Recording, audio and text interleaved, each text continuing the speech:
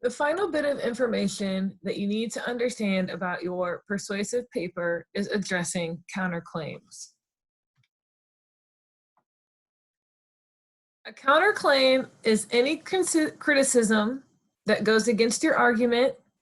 That means that you are anticipating what others are going to say in response to your argument. Incorporating a counterclaim into your writing makes it stronger because it shows your reader that you have thought about them and what they think. It shows that you have done your research. It makes you sound less biased or one-sided and makes you more credible because it shows that you've done your research and that you understand the conversation that you're entering into.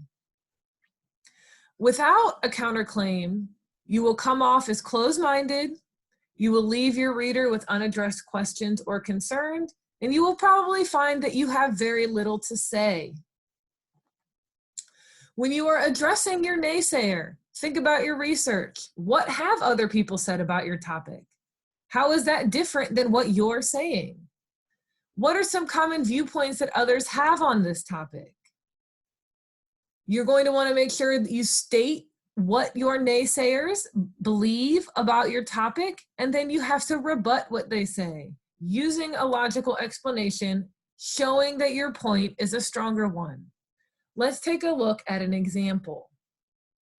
Here I've provided a template for you.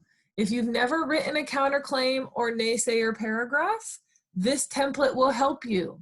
Let's break this down into its pieces and parts, and then I will show you an example.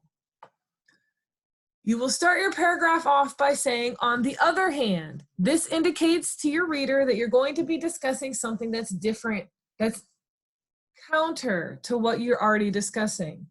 Some people may say blank. In this blank is where you put your counterclaim.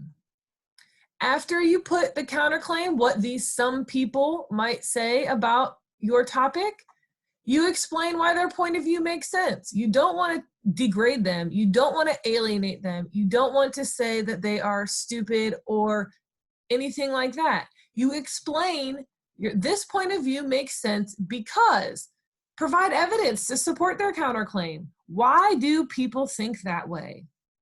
After you've given that explanation, however, indicates to your reader that you're going to say again something counter to that claim. This is where you put your rebuttal to the counterclaim and why this rebuttal makes sense. Then, therefore, shows that you're going to have more explanation about why your rebuttal makes sense and how it connects to your main claim. Let's look at an example to help you understand this better. On the other hand, some people may say that MLA citations are easier than APA citations.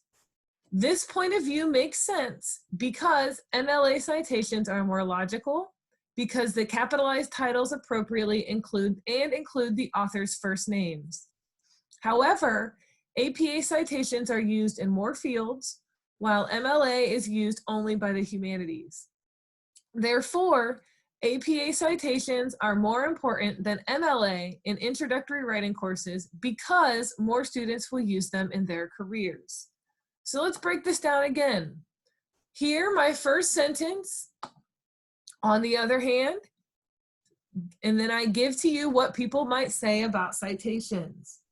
Then I provide an explanation. This point of view makes sense because, and then I go on to explain why it makes sense, why people would think that MLA citations are easier than APA citations. Then I go in and counter that with APA citations are used in more fields, while MLA is only used by a very specific group of people. Therefore, APA citations are more important than MLA in writing courses because more students will use them in their careers.